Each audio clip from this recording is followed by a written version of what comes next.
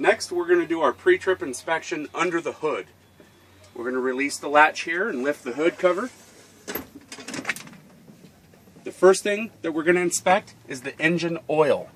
This is the dipstick. I'm going to pull it out and make sure that the oil is above the fill mark.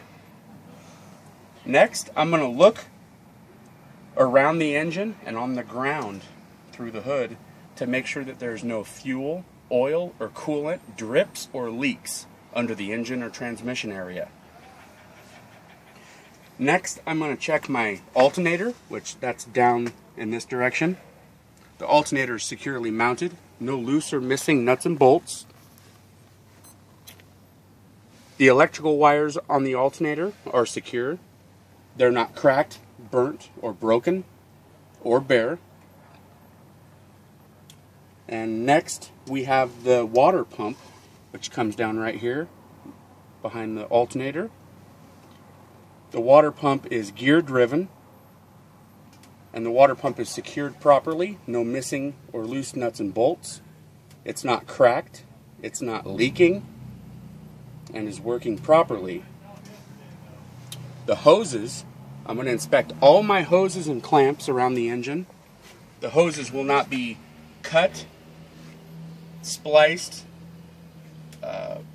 bulging, or damaged in any way, and the hoses are not leaking. The hose clamps are secure and tight, they're not damaged, and there's no leaks.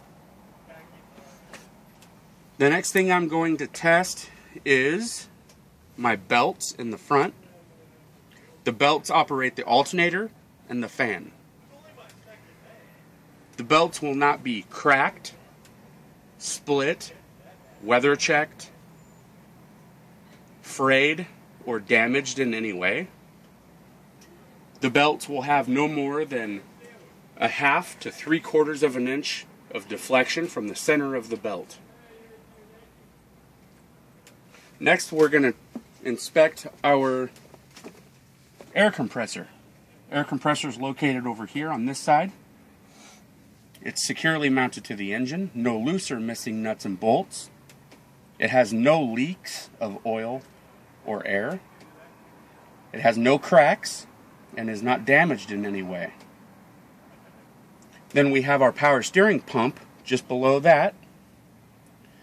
The power steering pump as well as the air compressor are both gear driven. The power steering pump is securely mounted, no loose or missing nuts and bolts, is not cracked, and is not leaking of any fluid at all.